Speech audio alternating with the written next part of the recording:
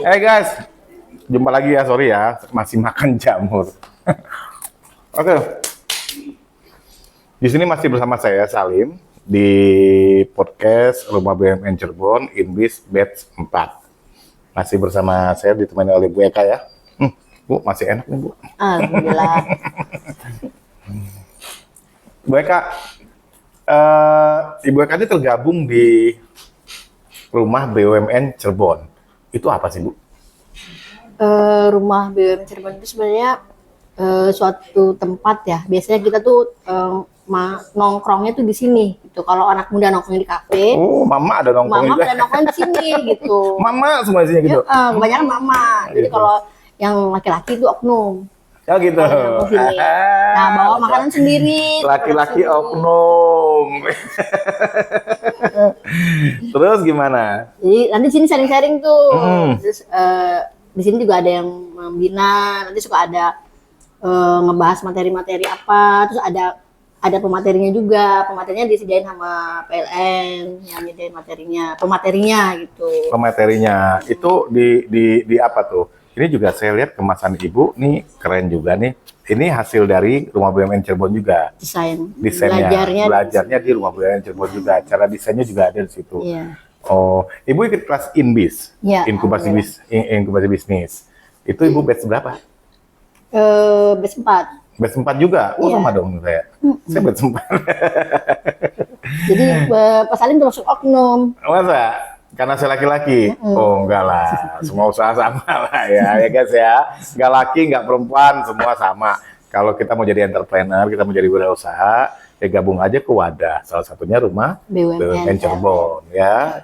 Gampang kok, di Cirebon juga di sebelah GTC ya. Iya. Di sebelah Gunung Sari Trade Center. Bu Eka, apa sih yang Ibu Eka dapetin selama ikut di Inbis RBC ini atau Rumah BUMN Cirebon ya? Sebelum gabung di Inbis, saya tuh kan memang udah aktif di sini ya, di Rumah BUMN PLN tuh udah lama gitu.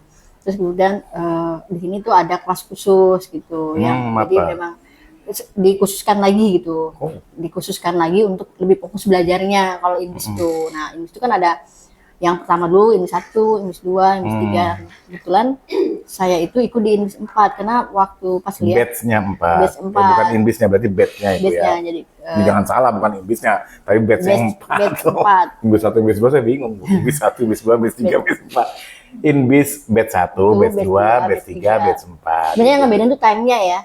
Bukan levelnya loh ya. Oke. Oh iya, Ya kan iya, time-nya waktunya. yang pertama itu dia lebih dulu. Iya. Bukan level ini tuh maksudnya. Boleh, saya kesempatannya jangan ngotot tuh dong, biasa aja. kesempatannya ikutnya di level di Inbis Gue kayak 4 emosi. gitu.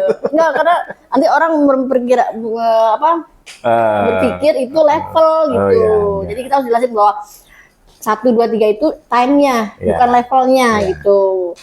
Jadi kebetulan saya sempatnya ikut di Inbis 4 gitu. Ya alhamdulillah di sini kita lebih fokus belajarnya, lebih terarah gitu. Jadi ya kayak orang sekolah lah gitu.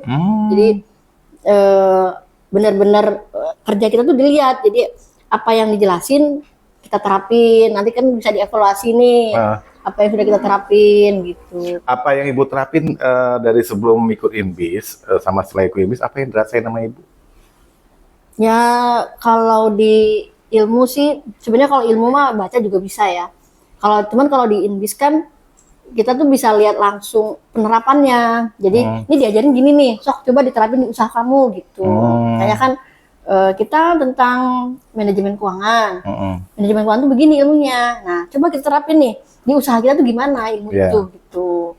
Kan banyak tuh Bu di luaran sana UMKM ngapain ikut gituan atau nggak ikut gituan juga bisa jualan katanya.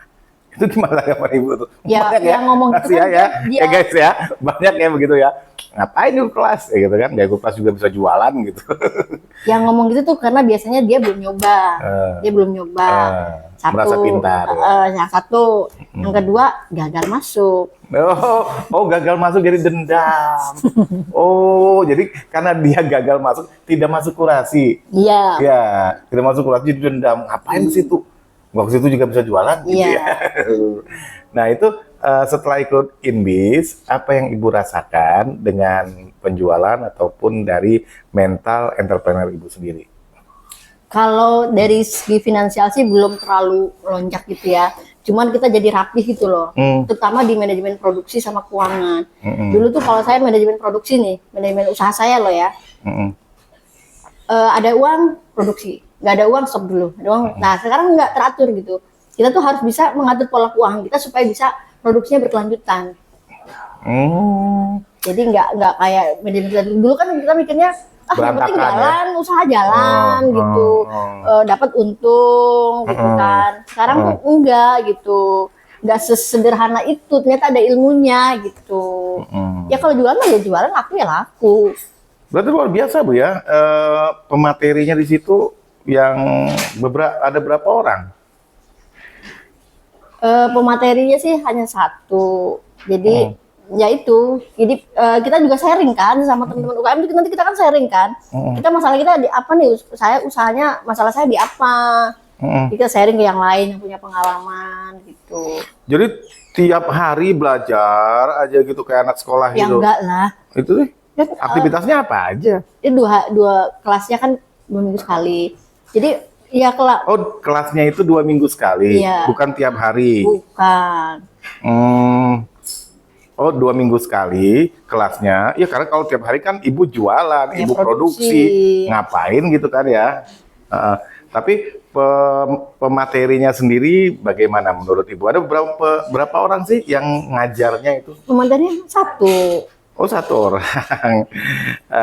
Satu orang materi, jadi dia berfokus untuk mengajarkan. Itu aktivitasnya hanya belajar saja atau hanya ada praktek-prakteknya juga atau gitu? Kita praktekinnya ke usaha kita masing-masing. Oh gitu. Kan di teman-teman industri kan punya usahanya beda-beda.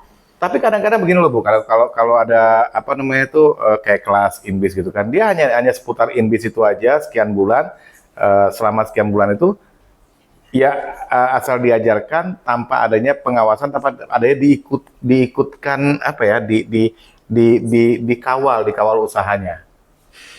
Kalau di Inbis ini bagaimana, dikawal nggak usahanya gitu? Mulai perkembangan Ibu dilihat dari bulan ke bulan gitu nggak?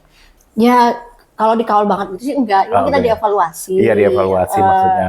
Kan ada yang hanya diajarkan saja ya terserah gitu, mau dilakukan enggak gitu. Tapi kalau ini ada evaluasi. Setiap pertemuan dievaluasi. Terus kalau misalnya kita diajarin cuma kita terapin, kita rugi sendiri lah. Udah kita belajar kesini gitu ya kan. Bener dong. Udah bela-belain waktu, semua nggak diterapin gitu. Betul. Iya. Tuh rekan-rekan UMKM ya kan, manfaatnya banyak banget ikut Inbis, apalagi di rumah BUMN Cirebon ya kan. Ikutan aja yang belum ikut Inbis di rumah BUMN Cirebon, atau mungkin belum gabung di rumah BUMN Cirebon ya, gabung aja di sini ya, gampang. Nah itu tadi pembicaraan kita dengan rekan saya UMKM dari Grage Agro Mandiri dengan Bu Eka. Jangan lupa subscribe YouTube-nya Rumah BUMN Cirebon, like dan komen di situ ya. Saya Salim dari Inbis RBC Batch 4. Sampai jumpa di lain kesempatan dengan UMKM yang lainnya. Assalamualaikum.